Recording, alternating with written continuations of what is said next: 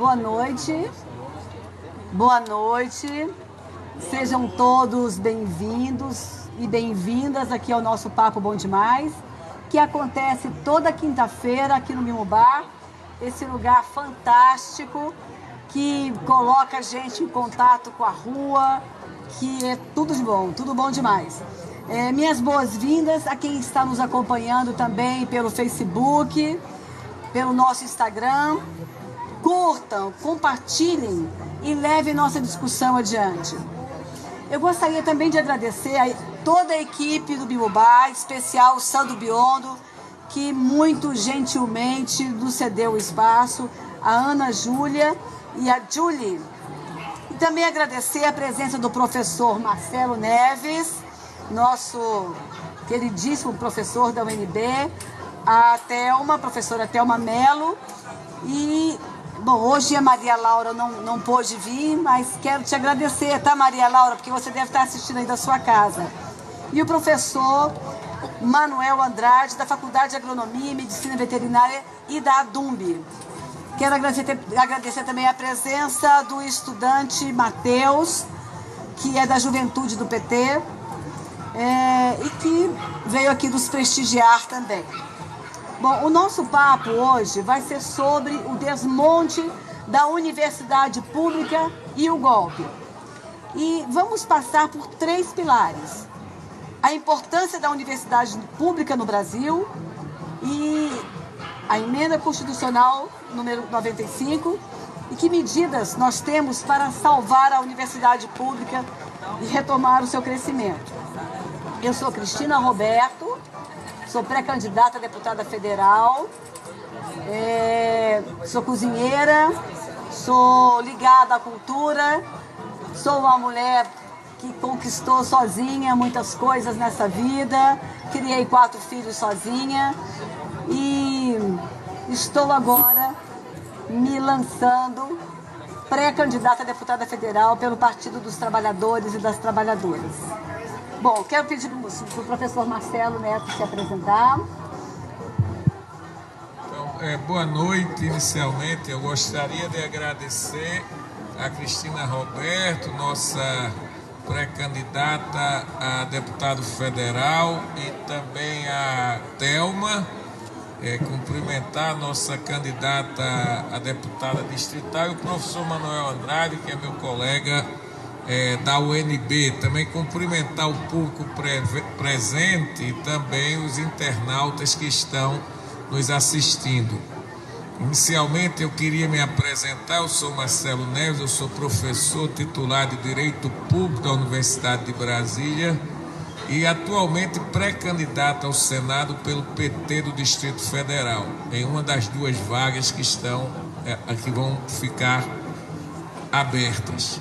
E eu venho da vida acadêmica muito intensa. Eu fiz mestrado, bacharelado e mestrado no Recife, fiz doutorado na Alemanha, pós-doutorado em países europeus e livre docência. Então eu tive uma vida acadêmica de muita intensidade, mas nunca deixei de me preocupar com o aspecto político. Eu militei desde 74 contra o regime militar e sempre estava envolvido nos debates políticos do país. Porém, com o golpe de 2016, o chamado impeachment da Dilma Rousseff, eu me envolvi mais intensamente nesse campo e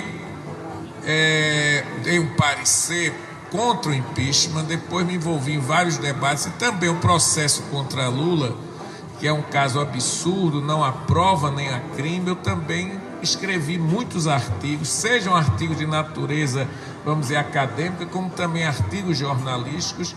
Fiz palestras na Europa sobre o impeachment e sobre a situação de Lula, e nesse período, portanto, eu me aproximei do Partido dos Trabalhadores e, ao me aproximar do Partido dos Trabalhadores, houve essa possibilidade de me candidatar ao Senado, que foi pelas mãos do presidente Luiz Inácio Lula da Silva e pelas lideranças do PT no Distrito Federal. Então, eu sinto muito honrado e muito grato, Cristina, por ter me convidado para esse debate sobre a universidade pública e eu estou aqui à disposição para responder as perguntas dentro, é claro, dos nossos limites naturais, que a gente não sabe de tudo, né? Receba o microfone. Thelma. Bem, boa noite a todas as pessoas que estão presentes aqui, que estão nos acompanhando aí nessa live. Obrigada, Cristina. É um prazer estar aqui com você, porque a Cristina é uma pessoa feliz. Sim. É uma cozinheira, mas é uma mulher, é uma artista. Ela disse que é do meio artístico, mas ela é uma artista também, né? E é um prazer estar aqui nesse ambiente tão agradável aqui. Tenho certeza que quem está aí na internet acompanhando a gente vai gostar muito desse papo, né? Muito obrigada. Então, assim, para me apresentar, primeiro eu sou uma mulher sobrevivente. Meu nome é Thelma Mello, sou pré-candidata a deputada distrital pelo Partido das Trabalhadoras e dos Trabalhadores. Tenho muito orgulho de fazer parte desse partido que mudou a cara do país e mudou a história da educação nesse país. Pelo menos tentou mudar até que houve esse golpe, né? Eu sou educadora social, me formei em artes plásticas na Universidade de Brasília. Lá eu também fiz especialização em arte, tecnologia e tecnologia. E também fui professora da Universidade Aberta do Brasil, né? Fui professora autora, professora supervisora. Hoje atuo, sou trabalhadora da assistência social, também sou artista, mas antes de tudo sou feliz e sou uma entusiasta e acho que a gente pode mudar a história da educação nesse país, né? Não vou falar a palavra resgatando, mas trazendo à tona novamente, né, o nosso grande Paulo Freire, né? E os ideais, e vou usar aqui os ideais da construção da Universidade de Brasília, que é muito bonito. Universidade de Brasília, que foi a minha casa. Se não fosse a Universidade de Brasília, com certeza eu não estaria aqui hoje sentada nessa cadeira conversando contigo, porque foi lá que as portas de Brasília se abriram para mim, as portas também, né, de uma profissionalização, as portas de eu poder morar na universidade, onde eu tive meus filhos, onde eu conheci o meu parceiro e aonde eu construí a minha vida. E eu acho que é o seio, né, de Brasília, e eu acho que falar de universidade, não citar a Universidade de Brasília, para mim é terrível. Eu preciso, carrego ela comigo sempre. Então é um prazer estar aqui, muito obrigada. Boa noite para todos e todas. É um prazer estar ao lado da Thelma, o professor Marcelo Neves e da Roberta. A Roberta me ligou agora à tarde, ela até ficou surpresa com o ponto atendimento. Eu conheço a Roberta também há muitos anos, há uns 30, talvez 40 anos, ela não está lembrada, mas a minha... Ele frequentou Bom Demais. Mas a minha companheira foi auxiliar de cozinha. É mesmo? No empreendimento que a Tereza tinha em Brasília, aqui nos anos 80. Então eu conheço ela há muito tempo, já sei o currículo dela. E vim sair de uma reunião agora, estamos numa reunião lá na UNB, para tratar de questões relacionadas com essas temáticas. E por isso é um bom ambiente para estar aqui continuando a conversa que nós estávamos tendo no UNB. Eu também rodei nesse período que eu falei que conhecia a Cristina, né? A gente rodou por aí também, e eu sou filiado ao PT desde os anos 80, né? Quem sabe 80, 81 e tal. Participei da criação no exterior dos núcleos do PT no exterior, militei 20 anos nos núcleos do PT, tivemos a oportunidade de coordenar os núcleos do PT nos Estados Unidos, na Europa, na Ásia, e foi muito interessante essa participação. Ou seja, não é possível nem o Brasil, nem os brasileiros viver sem levar em conta o PT é super importante. Então, com esse monte de candidatos, eu estou muito feliz, porque nós chegamos a um ponto em que nós estávamos abrindo mão desse direito de ser candidato. Então, ver a Roberto, o próprio Marcelo, a Thelma como candidato e outros, isso é muito bom para o partido e vai ser bom para os brasileiros, né? Então, eu estou muito feliz por isso. Na UNB, eu sou professor da Faculdade de Agronomia e Medicina Veterinária Também coordeno um núcleo de estudos amazônicos, que é um núcleo muito interessante. Tem como temática a questão da Amazônia, mas com uma interface muito forte com a pedagogia, com a educação. Isso é muito importante. E também participo do núcleo do PT. É um núcleo também criado no início dos anos 80, um dos núcleos do partido mais antigo do Brasil. E eu estou tendo a oportunidade também de militar no núcleo do PT. Então, eu acho que essa iniciativa é uma iniciativa fundamental, ela é imprescindível, que é aproximar o debate do partido da sociedade. Então, é fundamental esse debate e vamos ver o que é que vai rolar aí. É um tema muito familiar para nós e para os candidatos que estão aqui presentes, né, os colegas que estão presentes, e vamos ver o que é possível contribuir. Ok. Bom, então vamos às nossas perguntas. Eu queria perguntar ao professor Marcelo qual é a importância da universidade pública no Brasil.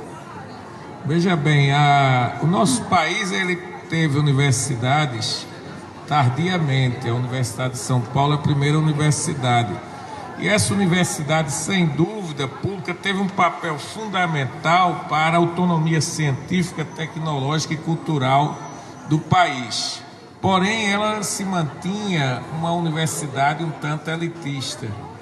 E, com o governo de Lula e Dilma, houve uma abertura da universidade pública para os setores menos ou privilegiados da estrutura social e mais carentes. Não só pelas ações afirmativas étnicas, mas também porque já no governo Dilma nós tivemos a definição de 50% para estudantes da escola pública. Então, nossa universidade pública, além de elas serem mais qualificadas do país, elas têm contribuído para a redução da desigualdade. Sempre que nós temos educação pública e gratuita, diz o Piketty, numa palestra que eu assisti, ele dizia: quando nós temos educação pública e gratuita em qualquer nível, nós reduzimos a desigualdade de um país. E o Lula, no governo dele, Dilma depois, abriram várias universidades públicas, descentralizando dos grandes centros. Eu visitei, por exemplo, a Universidade do Semiárido, em Mossoró, e essa universidade já tinha um curso de Direito que tinha a mesma nota da CAPES que tem o curso da Universidade de Brasília. Então havia uma transformação que nós estávamos acompanhando com o desenvolvimento e a democratização da universidade pública no Brasil. E o que ocorre agora é um retrocesso nesse caminho que se vinha desenvolvido. Então acho que ela tem um papel para o desenvolvimento científico, tecnológico e cultural para o Brasil, são as melhores universidades brasileiras, e elas também, nesse último período, passaram a ser um fator fundamental para a redução das desigualdades no Brasil. Então é isso que eu poderia dizer sobre nossas universidades de forma sintética. Inclusive, professor Marcelo, teve uma... Eu já escutei vira e mexe alguém fala isso, né? Porque as universidades que a Dilma e que o Lula fizeram, né, que são casca, que não tem conteúdo. Então, quando você coloca que essa universidade de Mossoró tem a mesma nota da UNB, não é a prova de que realmente ela tinha conteúdo e que era um projeto muito sério. Sim, né? sim. Bom, Thelma. Bem, Marcelo já começou a pontuar aqui, né? Então, a universidade, ela cumpre esse papel, né? Esse papel de inclusão social, esse papel de mudar, né? Pelo menos deveria ter esse papel de mudar realmente a cara da elite brasileira, né? Então, assim, a universidade, ela sempre foi elitizada, né? Quem teve acesso à universidade é sempre branco, rico, hétero.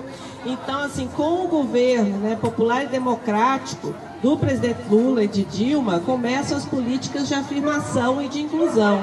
E isso foi muito importante, o papel da universidade, porque democratiza um pouco, né, o conhecimento, democratiza a educação. Então, assim, e é tanto, Cristina, que a gente está vendo hoje, a gente não pode deixar de falar disso, porque houve um golpe no país. E esse golpe, quando ele é dado, a principal coisa que é atingida, o que é? É a educação e a universidade pública. Eu costumo dizer que nós não temos mais um Ministério da Educação. A gente tem o Ministério do Golpe.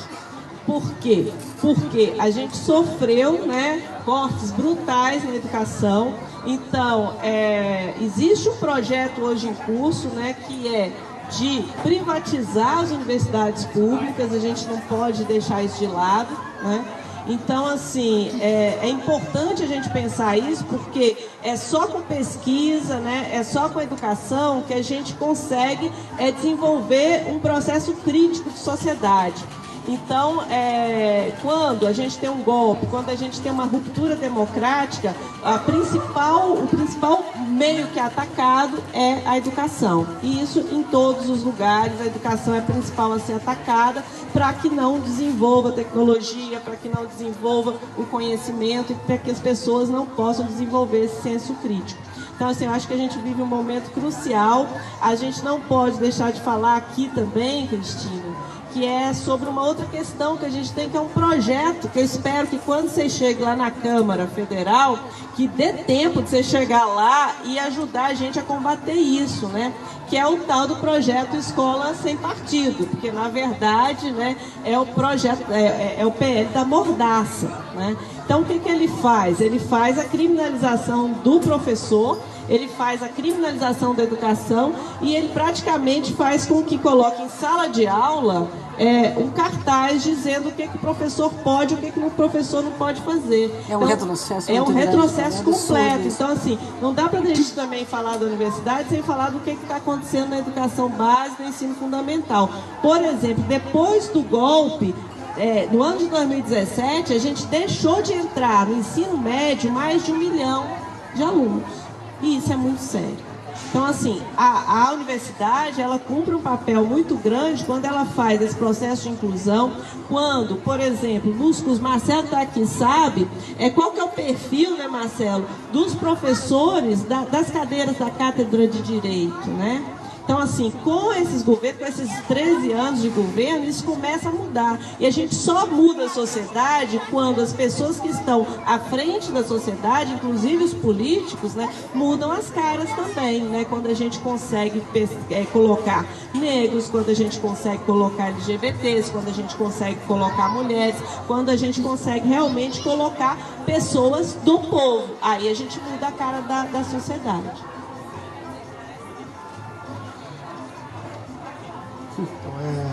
Não podemos desligar a educação, né,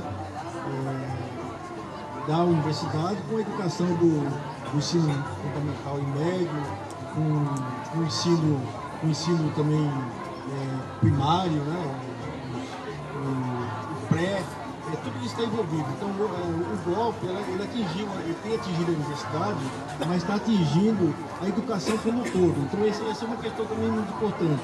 Nós só vamos ter também um ensino na universidade que responda aos interesses da sociedade se ele tiver educação em todos os níveis.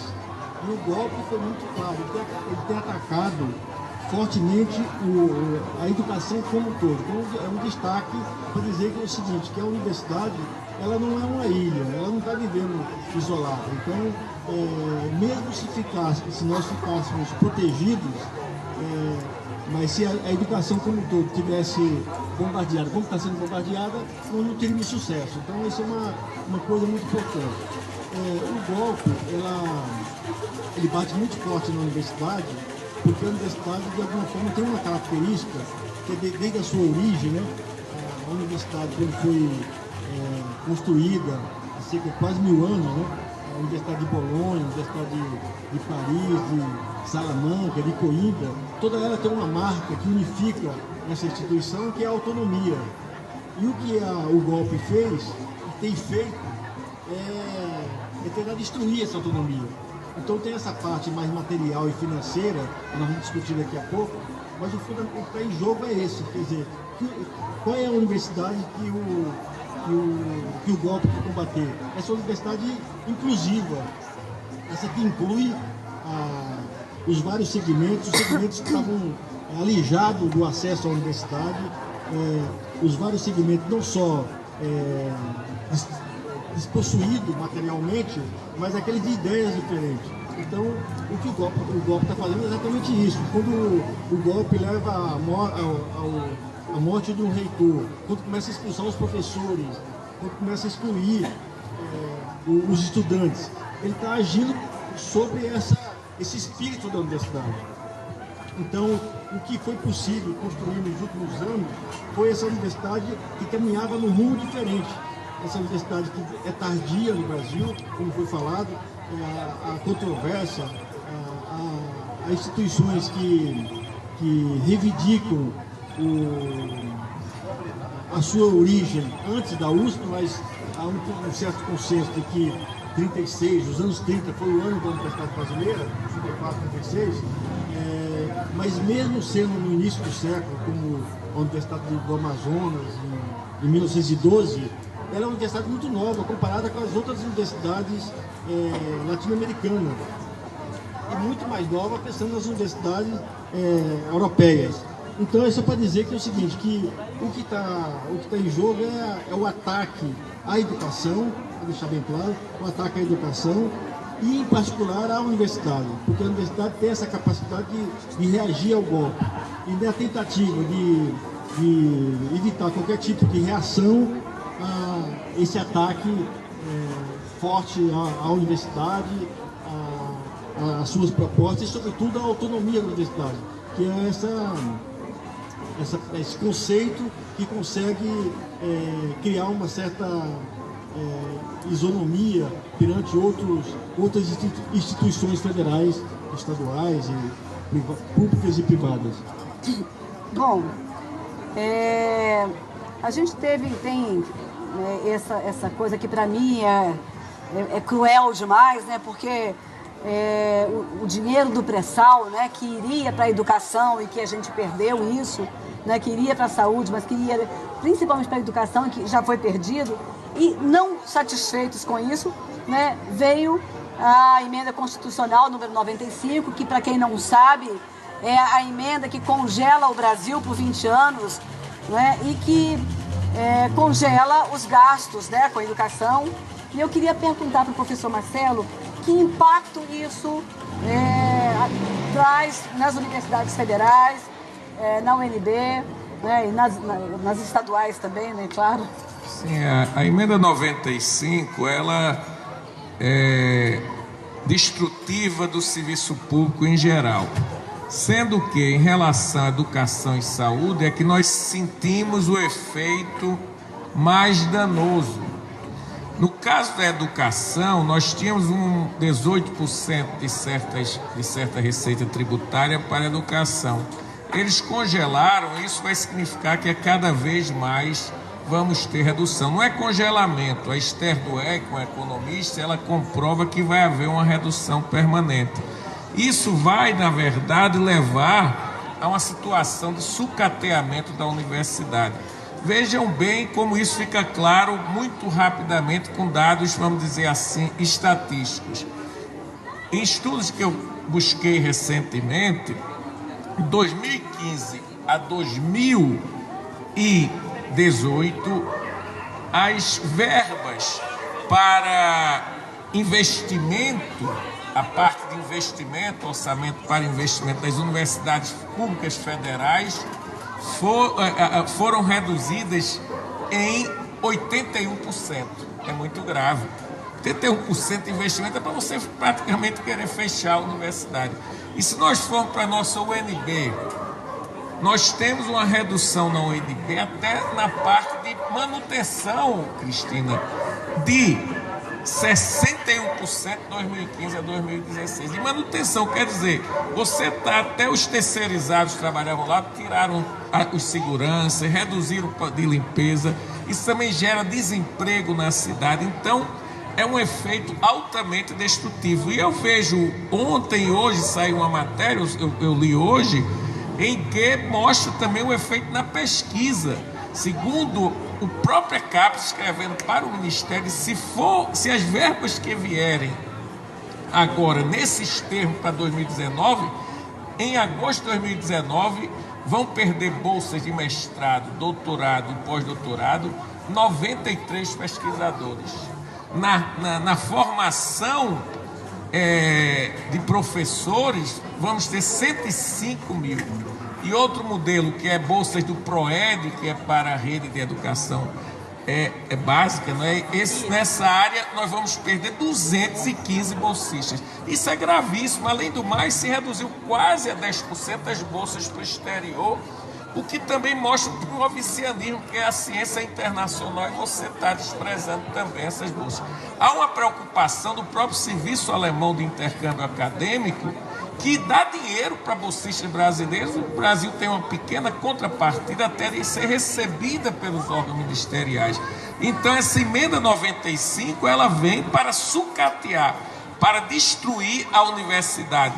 E isso, a longo prazo, significa a possibilidade de privatizá-la. E privatizá-la significa, com certeza, dificultar o acesso para as camadas populares mais simples, porque o próprio FIES, que ajudava nas privadas, está sendo destruído, que era uma forma de bolsas para pessoas mais pobres, está sendo destruída também pelo governo de Temer, e por essa onda da emenda 95. Então a situação é grave, isso leva a um sucateamento, e veja que a Croton, uma empresa americana, que é caça-níquel no mercado de educação, já tem 25% do mercado de educação brasileiro.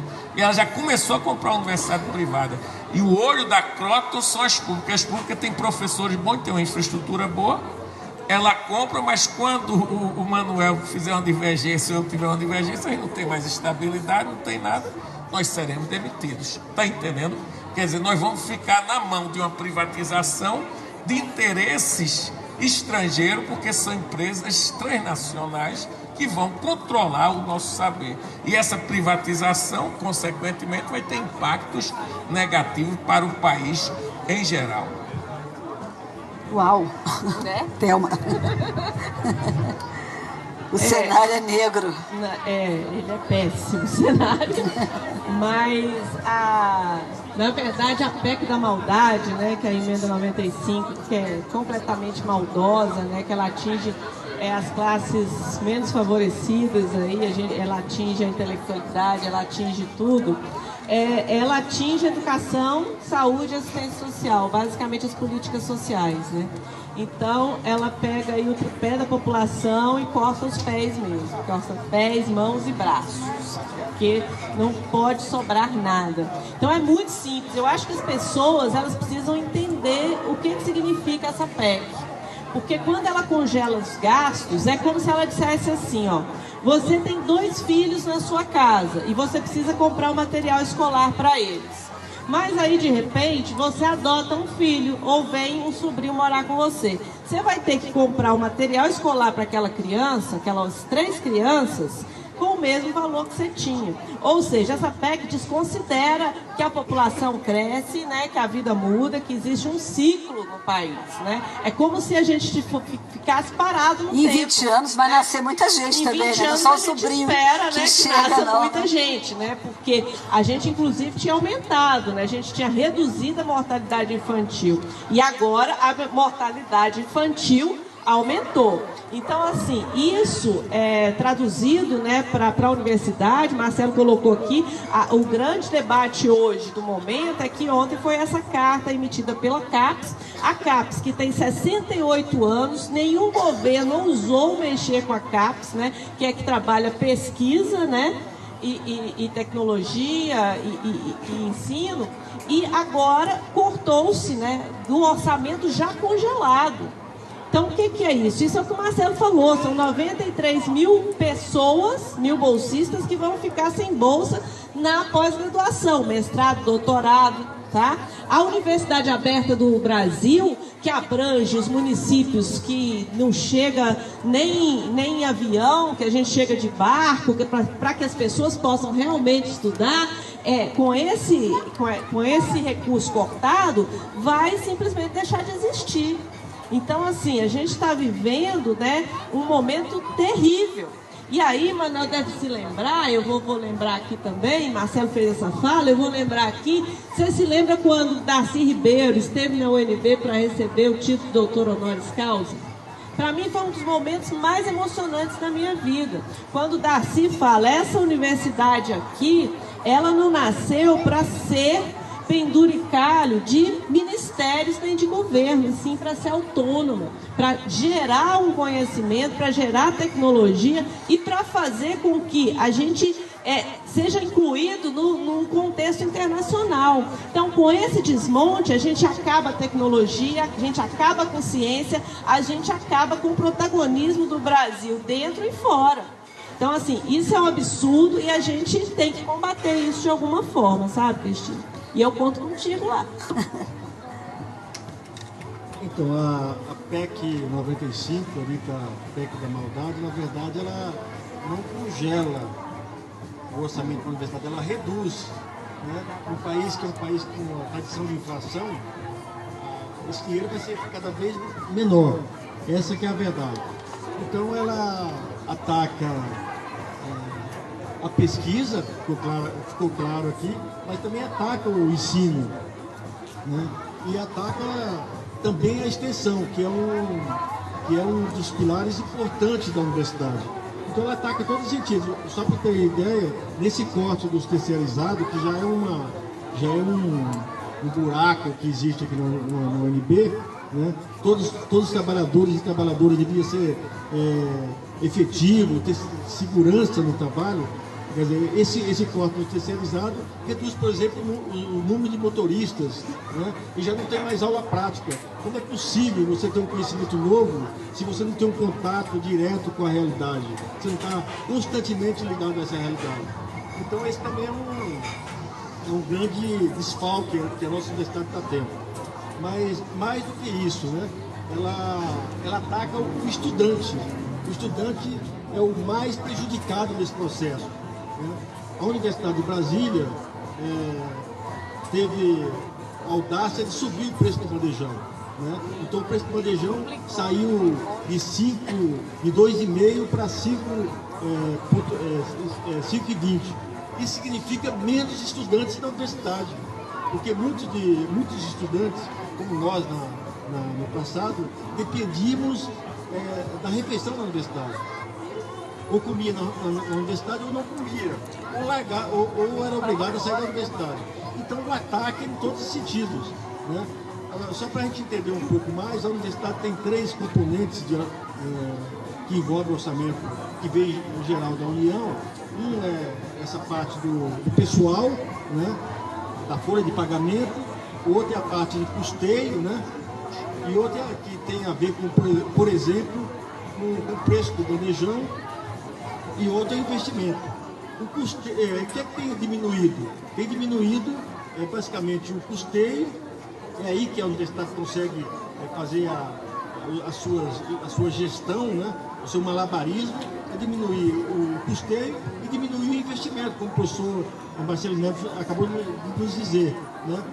E fica a folha de pagamento mais ou menos intacta. Mas essa folha vai ser também agredida, né? Vai ser afetada. E aí os professores e técnicos administrativos vão ter que agir contra isso. Eles não vão ficar no sofá o tempo todo. Eles vão ter que tomar uma decisão. E corre o risco, inclusive, daqueles que foram já concursados, né? Inclusive sendo efetivo, a instituição pode até mandar embora, também como mandou agora um professor da Universidade Federal, que ousou promover um debate dessa natureza dentro da universidade. Então todos nós estamos correndo o risco, mas quem perde vai ser a sociedade. Quem vai perder mesmo vai ser a sociedade. Manuel, me diga uma coisa, já existe algum estudo, alguma coisa que projete, como é que isso vai ficar assim, daqui 2 anos, se alguns cursos vão deixar de existir, se já tem alguma ideia disso? Porque eu ouvi dizer que mais 2 anos e que alguns cursos já vão ser extintos. Já tem proposta de reduzir o número de vagas, né? Tem proposta de reduzir cursos, já tem essas propostas. Se fecha curso de pós-graduação, o que é uma ponta, um espaço na universidade muito importante para, inclusive, é aprender com o exterior, é aprender com um acúmulo já existente em outras universidades, inclusive fora do Brasil. Então tem várias iniciativas que vão no sentido de adequar essa nova realidade, ou seja, a realidade do golpe, às estruturas da universidade. Então o golpe ela atinge em todo sentido. Essa é a parte que nós estamos comentando, a parte material, mas que afeta toda a comunidade, professores, estudantes e técnicos, mas mais do que isso, ela afeta a essência da universidade, como nós falamos. Nunca é demais dizer que ela afeta a autonomia da universidade, ou seja, afeta essa instituição que tem essa capacidade de produzir algo diferente, algo novo, construir algo novo, né? Então é isso que está em jogo, e é nessa defesa que nós temos que centrar, né? E não esquecer que a educação não está isolada da saúde, né? Do transporte, de todo aquele serviço público que garante que os trabalhadores e trabalhadoras e seus filhos possam ter acesso à cultura, acesso à educação, acesso ao bem viver, resumindo essa nossa conversa. Muito bem. Professor Marcelo, quais as medidas que nós precisamos, que você indica para poder salvar a universidade pública brasileira e retomar o crescimento? Eu quero estar com Cristina Roberto lá no Congresso, minha colega, para a gente trabalhar conjuntamente lá e encontrar as medidas adequadas.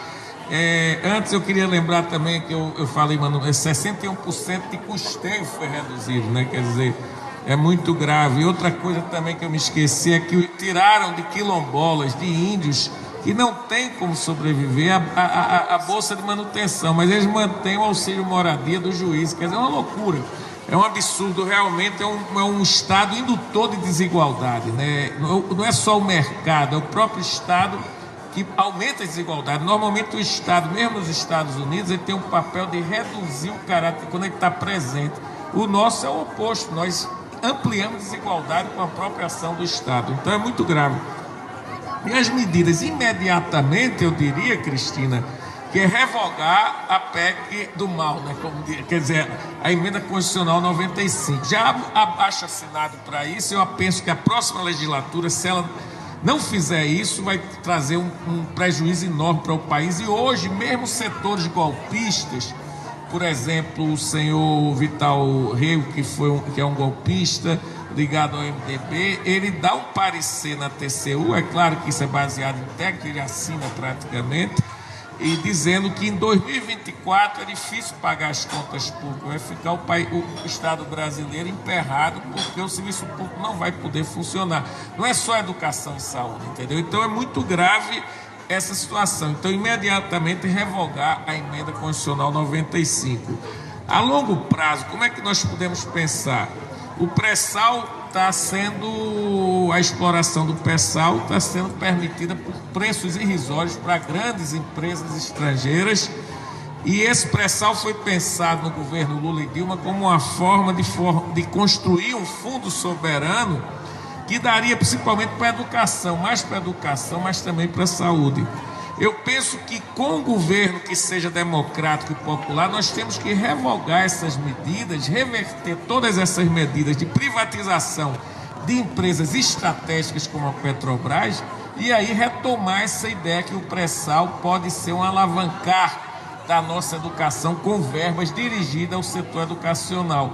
Isso ocorreu, por exemplo, na Noruega. Quando a Noruega descobre certas áreas de petróleo muito ricas, ela definiu um fundo soberano e investiu fortemente em educação e saúde. E hoje é um dos países menos desiguais do mundo, ou seja, mais igualitários do mundo. Então, o Brasil perdeu essa oportunidade realmente, ou nós podemos retomar isso?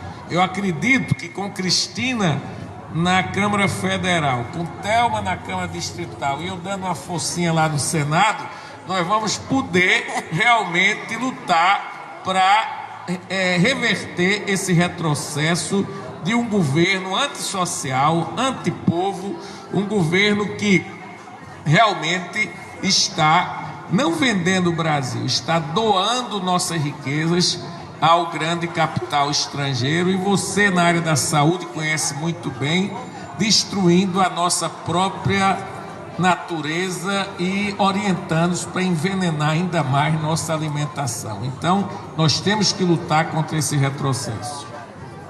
Porque é incrível, né? Porque todos os países que se desenvolveram, né? Por exemplo, no caso da Finlândia, que até 1960, né, não tinha sua primeira estrada, e que hoje é um país que, né, a felicidade é presente, né, a população está feliz, a valorização da educação, né, que trouxe esse progresso todo, né, mostra o quanto a gente está na contramão, né, porque aqui a gente estava indo, a gente estava evoluindo, e agora a gente está perdendo tudo, e a gente precisa reagir. Eu acho que é urgente, antes que seja tarde demais. Mas fale, Thelma, que medidas você acha que nós precisamos acionar para poder... Olha, gente, para mim a gente tem uma medida que é prioritária e que é urgente, né? Para a gente revogar essa emenda, para a gente revogar e tudo que foi feito aí nesse golpe, só existe uma maneira. É elegendo Luiz Inácio Lula da Silva presidente desse país, para a gente voltar a ser feliz. Não tem outra maneira, gente. A gente não pode ficar aqui achando que a gente vai ter paliativos. Nós não teremos paliativos. Nós tivemos um golpe, hoje nós vivemos um pós-golpe que vai se acirrando com o que o Marcelo colocou aqui, que é com a doação, né, a entrega. A gente está sendo espoliado, né, pelos interesses internacionais, né, por essa elite escrota que a gente tem, né, que está sim sugando todo o nosso sangue. Então, assim, a gente não pode mascarar isso. A gente está vivendo um golpe. A única maneira hoje, não, me desculpem, a gente precisa assinar todas as petições, mas a única maneira hoje de revogar todas as maldades que foram feitas nesse país, da gente voltar a ter autonomia, né? Para a gente voltar a poder falar de igual para igual com os países todos, né? Para a gente poder voltar a circular, né, na América Latina, fortalecer a nossa base, é só elegendo Lula. Nós precisamos hoje tirar Lula da cadeia. Hoje Lula é um preso político. A gente não pode deixar de pontuar aqui que enquanto a gente está fazendo esse debate aqui, nós estamos no 3º dia de greve de fome dos nossos bravos 6 companheiros e companheiras que estão nesse momento fazendo a greve de fome pela liberdade de Lula. Porque a liberdade de Lula não significa só a liberdade de um único homem. É a liberdade de ir, de vir, de pensar de todo o povo brasileiro. É resgatar os nossos sonhos e a nossa capacidade de ser feliz. Porque hoje, Cristina, a gente vive um estado de exceção. A gente está aqui nesse lugar maravilhoso que a Cristina arrumou aqui pra gente, olha. Dá vontade, até parece que a gente está numa praia, né? Olhando para as estrelas, sonhando e tentando tecer todos os nossos sonhos e torná-los realidade. Mas, na verdade, nós estamos num estado de exceção e eu não sei se daqui a um mês, quando a gente estiver fazendo esse papo, se a gente vai poder fazer esse papo e ir embora tranquilo para casa, porque a gente vai ser cerceado da nossa liberdade. Hoje foi o Lula, amanhã pode ser você, Cristina, depois de amanhã o Marcelo, depois o Manuel, depois eu, e por aí vai. O povo mais pobre desse país já está nas praças pedindo, já está sem saúde, já está sem educação, acirrou tudo. Então, para mim, hoje, o fundamental para revogar, né, a PEC da maldade, para a gente resgatar o pré-sal, porque esse golpe tem um nome, né, e por que ele foi dado, é pelo pré-sal, né, pelas riquezas desse país. Então, assim, estão acabando com a tecnologia para que a gente não desenvolva autonomia.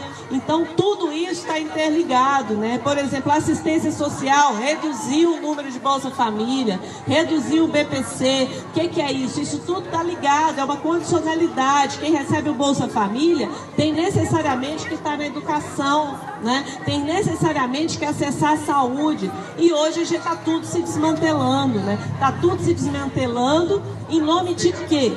Né? Isso é uma grande trama, né? A quem interessa. A quem interessa. Então hoje, gente, a gente só tem uma maneira. E a gente precisa ir pra rua. Dia 15 de agosto. Todo mundo em Brasília, de norte a sul. Às 16 horas. Exatamente, todo mundo em Brasília, porque nós vamos sim registrar a candidatura de Lula. O STF está querendo dar um outro golpe aí no dia 9, colocando em votação, em discussão o quê? O direito político de Lula. Então, quer dizer, hoje o nosso golpe não é militar, gente. O nosso golpe está se dando pelas entranhas. O nosso golpe é da toga do judiciário, né? O golpe está lá, com o Supremo, com tudo dentro. Então, vamos ficar ligados e vamos para a rua. E é por isso que a gente precisa do Marcelo Neves lá, porque ele entende das leis, não é? E que precisa de brigar com esse povo, e enfiar o dedo no nariz e dizer: vocês estão errados, né? Vocês estão rasgando a Constituição desse país, vocês estão extrapolando, não é? Fala, Marcelo. É claro, o que a Thelma falou, é claro que se você não tem a participação de Lula na próxima eleição, nós vamos ter uma eleição que será um fraude, como se diz. Por quê? Porque não há elementos que justifiquem juridicamente e constitucionalmente a exclusão de Lula do pleito. Então, o que está ocorrendo é uma continuidade do golpe. Um tira Dilma, o outro impede Lula de ser candidato. Então nós temos que lutar realmente contra essa ditadura da toga, ditadura do judiciário, que hoje é quem domina o espaço do poder político no Brasil, quando o papel do judiciário é ficar apenas com uma proteção do bom funcionamento das regras dos jogos e não para destruir as próprias regras do jogo. Então o que está ocorrendo é isso: o judiciário está definindo ele próprio e não garantindo as regras do jogo. Isso é destrutivo para a democracia. A aristocracia judiciária não tem legitimidade para definir os rumos políticos do Brasil, porque ela não tem a base democrática, não é eleita, não é escolhida pelo povo. Então é muito grave a situação do país. Nós temos que lutar no dia 15, todos eu convido para estarem presentes no ato em favor de Lula, e evidentemente, sem Lula, nós não podemos pensar em transformações desse país, sem Lula candidato à presidência. Mas acrescentaria também que é importante que nós construamos no Senado e na Câmara o time de Lula. Votemos em candidatos que sejam capazes de dar suporte a Lula. Porque o que pode ocorrer se nós votarmos no grupo da bala, na banca da bala, da banca da Bíblia e todas essas coisas que se falam hoje em dia, quer dizer, de que se fala hoje em dia, nós podemos levar um novo impeachment, tá entendendo? Então esse é o grande perigo. Portanto, a gente tem que fortificar o time de Lula. E aqui a gente tem um ótimo time com essas duas mulheres maravilhosas, para uma atuar na Câmara Federal e a outra na Câmara Distrital, na frente, que as mulheres têm que ir na frente agora. Eu vou atrás dessas mulheres, eu sei, e vou conseguir muita coisa. Então, aí para vocês. Muito obrigada.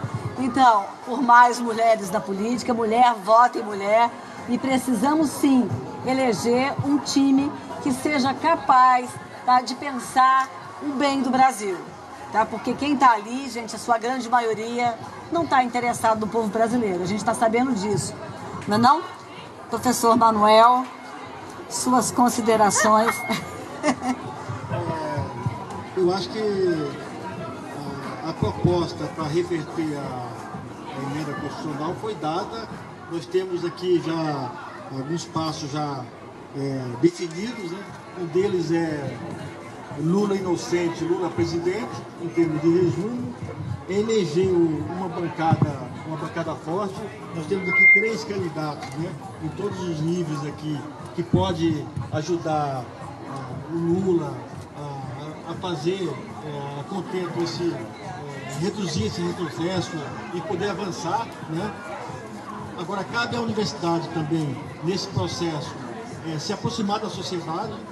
Ela é fundamental também nesse processo, né? entendendo que o que está em risco não é só o ensino superior, mas também a educação em todos os níveis, né? A universidade tem que ter essa compreensão também, né?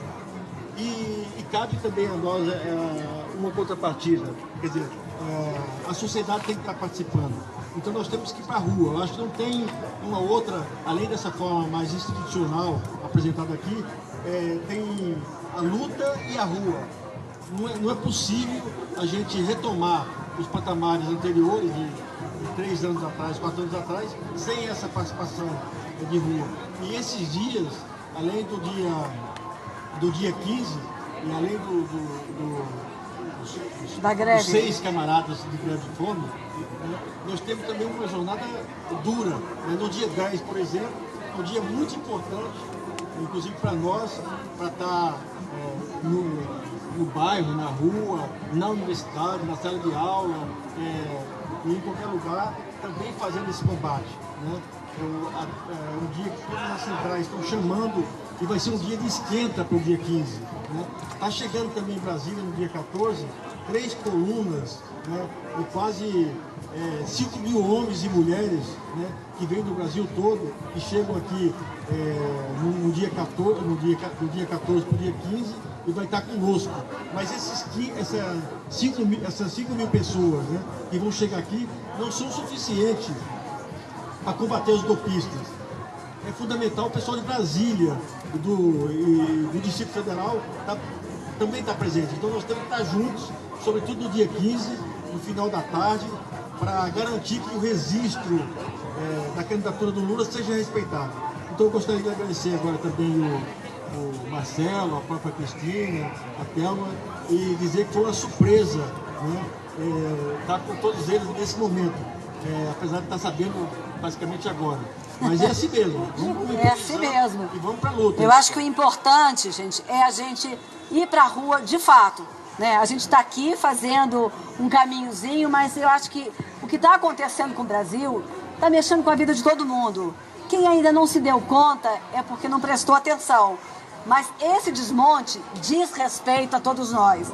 Da nossa vida, nossa comida, nossa educação, nossa saúde, tudo está muito comprometido. Tá? E se a gente ficar quietinho, vai piorar. Né? O Marcelo um dia me disse, olha, se está assim é porque nós permitimos. E eu fiquei muito tocada com isso. É verdade, a gente está dando permissão para que eles cheguem cada vez mais e destruam, tá, as nossas esperanças, né, o nosso futuro, tá, e a nossa felicidade. E a gente veio nesse mundo, foi para ser feliz. Tá? A gente tem que brigar por essa felicidade todos os dias. Então vamos para a rua, vamos falar com as pessoas, vamos discutir isso, vamos falar que nós queremos o Lula livre sim, e que dia 15 de agosto é um dia muito importante, porque nós teremos muitas pessoas na rua e precisamos que as pessoas se motivem para ir, porque é só na rua que a gente vai mudar esse país, não tenha dúvida, tá? Muito obrigada, professor Marcelo, muito obrigada, Thelma, muito obrigada, professor Manuel.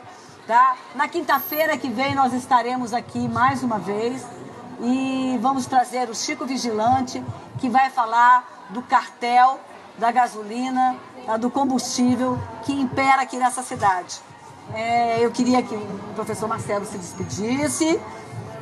Eu agradeço agora, para terminar, agradeço imensamente a Cristina por essa oportunidade e também manifesto esse prazer de estar nessa mesa com o professor Manuel e a colega Thelma. E eu diria que nós devemos estar no movimento do dia 10 e também presente no dia 15. Eu estou convidando todos vocês, internautas e pessoas aqui presentes, porque é fundamental novamente retomarmos Lula como candidato e presidente. Então, Lula livre, Lula inocente, Lula presidente. Uhul! A liberdade de Lula é a liberdade do povo brasileiro. Cristina, obrigada por esse espaço. Foi um prazer estar aqui com o professor Manuel, com o Marcelo Neves, que eu tenho certeza nosso senador, que vai estar lá no Senado no próximo mandato, mandando ver, e Cristina também na Câmara Federal, porque já chega da gente eleger políticos burocratas. A gente quer gente que vai para a rua, que constrói com os movimentos sociais, que não tem medo do diálogo. E até ela também. A Selma também vai estar. Que sabe conversar, que sabe dialogar, que sabe ponderar as coisas e ir para a briga quando é necessário também. Então, assim, é um prazer estar aqui ao lado de vocês. Queria também, falar, o Marcelo já colocou aqui, mas da importância do dia 15. É muito bacana a gente estar na internet, a gente estar curtindo, estar likeando aí na internet, galera. Mas é fundamental a gente pegar na mão do outro, sentir o cheiro, caminhar junto e dizer: nós estamos juntos com Lula e com o avanço do Brasil. Então, assim, obrigada. Quem está aí também, que quiser me conhecer mais, pode acessar aí minha página do Facebook, Thelma Mello com TH, Mello com 2 L's, 13, tá? Tô lá. E eu queria terminar aqui com um poema, posso? Pode, claro. Pode. Ardente é minha voz que canta sementes de liberdade e útero livre. Ardente é minha língua potente, na ideia da terra partilhada e no caminho do sol da esperança. Arde e pulsa e chora o coração da criatura na fagulha do Criador. Coração, vem comigo quebrar as correntes das injustiças e forjar um novo mundo que arde e brota amor. Lula livre! Lula livre! Para finalizar, e dizer o seguinte, que a universidade tem sido realmente agredida. E para dar um exemplo muito prático sobre isso, eu gostaria de convidar uma pessoa, um dos colegas do IDA, para dar um informe para esse coletivo, para o pessoal que está em casa, na internet, sobre o que está acontecendo no IDA e tem acontecido nos últimos meses. Por favor, aí eu agradeço o convite e repasso para alguém do IDA aí. A Isabela vai falar. IDA, Instituto de Arte da Universidade de Brasília.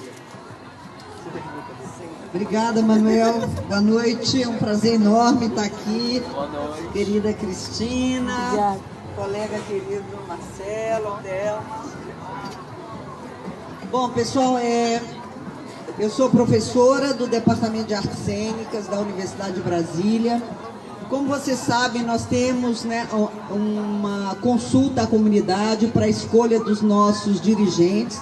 No caso, a direção do Instituto de Artes, diretor e vice-diretor. O Instituto de Artes é composto por 4 departamentos, artes visuais, artes cênicas, o design e a música. E nós tivemos, então, esse processo de consulta à comunidade, um processo democrático. Conseguimos a paridade porque, a princípio, o peso do voto de professores era 70 e 15. E nós conseguimos a paridade, firmamos a paridade por entender que a comunidade acadêmica, os 3 segmentos, os discentes, docentes, técnicos, administrativos, vivenciam o cotidiano da universidade de maneira diferente, mas com a mesma expressão nas suas vidas cotidianas e na importância desses segmentos ali dentro. Para nossa surpresa, a chapa vencedora, que teve 86% dos votos, ela sofreu um embargo judicial impetrado pela chapa perdedora, que teve 14% dos votos, com uma alegação absolutamente fútil, dizendo que o vice-diretor da chapa eleita fazia parte da comissão eleitoral. O professor, ele foi nomeado para a comissão eleitoral, à revelia dele, e no dia que ele decidiu entrar, concorrer como vice, ele pediu desligamento sem ter participado de nenhuma reunião da comissão eleitoral. Para nossa surpresa, nós tínhamos certeza que um pedido desse não seria acatado pelo judiciário. Mas, para nossa surpresa, uma juíza, uma juizeca, como as juizecas e juizecos que estão fazendo do nosso país um balaio de gatos, onde a lei é, digamos, flexível, dependente de interpretações e relacionada principalmente com os poderosos. Então, essa juíza, ela deu um ganho de causa, apesar do Ministério Público, no seu parecer, ter sido claro que não havia nenhuma irregularidade no pleito. Então, nós estamos vivendo, né, é um processo de judicialização do nosso processo de escolha, do nosso processo democrático. Infelizmente, né, bastante espelhando a situação do nosso país, né? E nós estamos aí na luta, os professores, a comunidade do IDA. Até então nós nem podíamos falar dos resultados, não podíamos divulgar os resultados, estava tudo em segredo de justiça. Mas felizmente agora já estamos podendo falar, porque a juíza disse que é para cumprir a sua ordem. Só que nós estamos num processo, se for necessário, de desobediência civil, porque não é possível que esse nível de ingerência nas nossas vidas, nas nossas decisões e na autonomia universitária. Porque, acima de tudo, o que está em jogo é a questão da autonomia, porque temos certeza, se não formos vitoriosos no Instituto de Artes, os golpistas, que têm muitas faces, farão medidas semelhantes quando a comunidade acadêmica escolher representantes que não estão dos seus lados. Então é um ataque gravíssimo e eu agradeço imensamente ao Manuel, né, que indicou aqui essa fala, porque ela é a cara do Brasil atual. E é o Brasil que a gente não quer. É um Brasil que nós estamos aqui todos na rua lutando para que a gente retome o nosso processo democrático, a nossa vontade de estar na luta, de sermos brasileiros, de termos orgulho de participar e de ser este país tão grande e maravilhoso que é e que tem sido roubado de nós, nossos sonhos, nossas vontades, nossos ideais, e nós não vamos deixar que isso aconteça. Para isso que estamos aqui, e dou parabéns a Cristina por essa iniciativa. Muito obrigada. Muito obrigada, Daniela, pela sua participação. Alguém? Estamos sem som? Acabou o tempo? Sim, acabou o tempo. Agradeço a participação da Isabela, da Thelma e do professor Marcelo. Foi uma noite maravilhosa. E o do professor Manuel também. E mais uma vez agradecer ao Mimo Bar por essa oportunidade maravilhosa que é trazer a discussão política para a rua. Aliás, a rua é o nosso lugar. E é daqui que a gente vai resgatar esse país. É daqui, da rua, que nós vamos nos unirmos, tá, para tirar o presidente do Brasil. Lula livre, Lula presidente. Lula livre! Dia 15, 16 horas, todos no TSE. É isso? No TSE? Às 16 horas, junto com vários brasileiros que estão chegando em vários ônibus, tá? Vamos tomar essa cidade e vamos dar o nosso grito de basta. Queremos sim o Lula presidente.